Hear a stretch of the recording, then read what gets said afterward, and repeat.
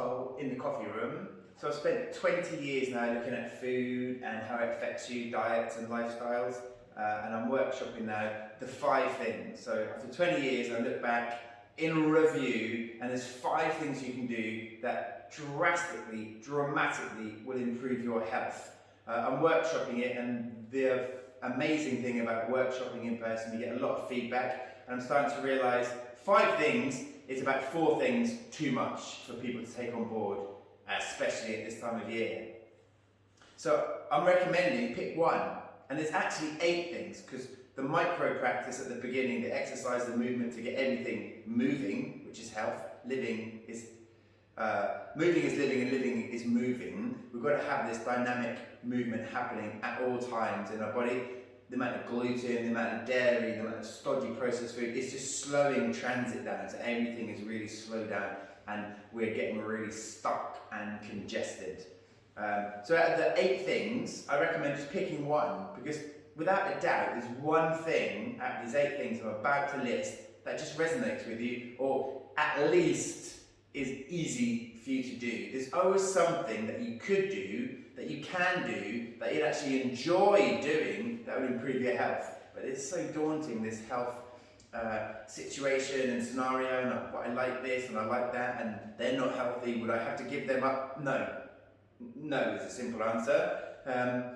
Really lean into the one thing that we can find that you can do that drastically will improve your health, and then everything else also becomes easier. So out of the 5 things, yes, you've got to be ticking boxes in all of the areas of the 5 things, but to get the ball rolling, to get the momentum, just pick one thing that you're like, I can do that. But then do it regularly and repeatedly, and then you'll see the improvement. So we're going to do the 5 things in reverse, because ironically, it took me a long time to refine and condense, and I had a long list to get it down to 5.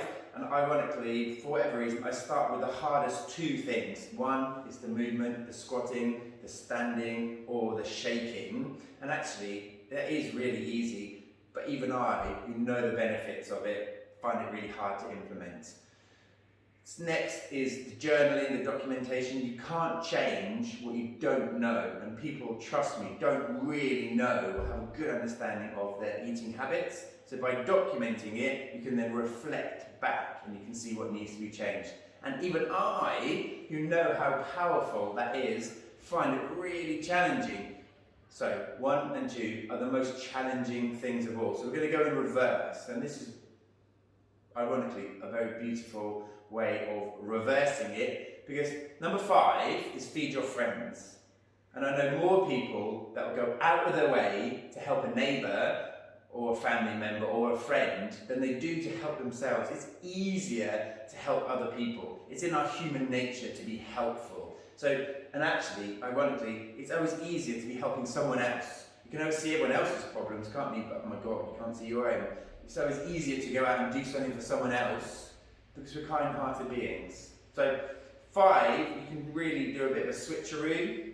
It's not about you eating better because you'll benefit from it, because some people find that selfish and it's like, glitch with that a little bit. It's about feeding someone else. It's about feeding the microbiome. So you can turn that in your favour. The ability to help others is easier than the ability to help and do the right thing for yourself. Turn that around and help yourself by helping your gut microbiome. So number 5 is feed your friends, and I can really help with that. I've got like 3 different sprinkles that go on top of salads that are really high in prebiotics and probiotics. Seed blends, chocolate, obviously sauerkraut, all with the prebiotics and the probiotics to feed your friends. So you're in service to the microbiome, but the benefits will be for you. So you'll reap the rewards of feeding your gut bug. So that's number 5. Number 4 is cut the crap. People find this hard, but you can really lean into this, because you can replace the processed rubbish food with like-for-like healthy alternatives. And again, I can help with that. Healthy chocolates. I'm going to start doing more recipes. Yesterday with my son, I made a traditional mince pie, but I switched, actually not half, but 2/3 of the flour for almond flour and oats. And then did use a little bit of normal flour because you need it, the gluten, to bind it. And then mincemeat, use a honey and raisin soaked suet type middle, rather than like, you look at mincemeat and it's like the first ingredient is sugar, followed by really sugary other ingredients. You don't need that sugar, but we're so used to it, supermarkets find it easy to sell sugar. So if you make your own things at home, you're doing 4 and 5 together. So cut the crap and feed your microbiome is 4 and 5. And then number 3 is mindset, and I really recommend you really lean into what excites you about changes that might happen.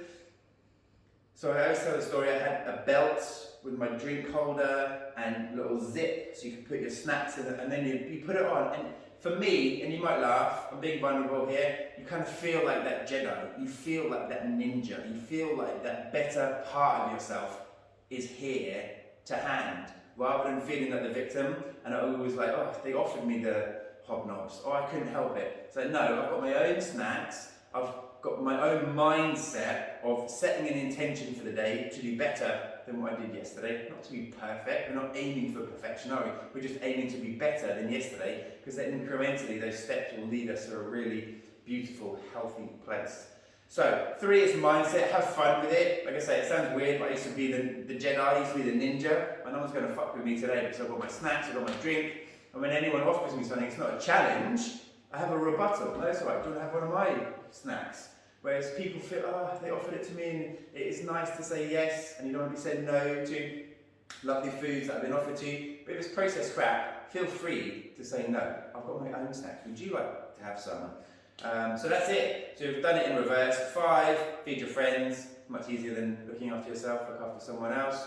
Number 4, cut the crap. Processed food doesn't do you any good. Start making some more homemade cookies. I can give you some recipes.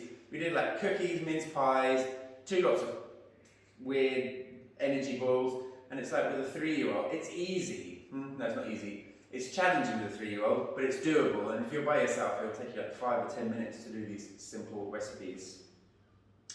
3 is mindset, play with that, find what part of your character, we've all got different aspects and facets of our character, what part gets excited by, right, taking on the day. I'm not going to be beaten or overwhelmed by the marketing, the advertising, friends and family pushing the things that I don't want. I know what I'm eating, I know what I'm not eating, and that's my challenge. And it's sometimes that can create a little fire, create a little spark. So it's like, rather than, I wasn't expecting to get to the till and have all these chocolate bars, and I'm overwhelmed, I'm going to have to eat one now. Or a loved one offering me these different things that aren't on my yes list, they're actually on my no list. Rather than being sidetracked or side caught out at an angle, someone coming at you from the side, that's a random way of saying it. Be prepared. So mindset is be prepared, be prepared, be prepared, and then go into 2, journal it. If you don't know it, you can't change it. Writing it down is so revealing, and you'll learn so much more about your eating habits from actually documenting it. It gives you an extra dimension to actually see it. You write it down, you can then reflect and observe, and it gives you much more ability to change what you've written down. And then number 1 is the squatting. So that's 3 in 1. So it's the squatting, just the standing. When you're standing, only stand, nothing else.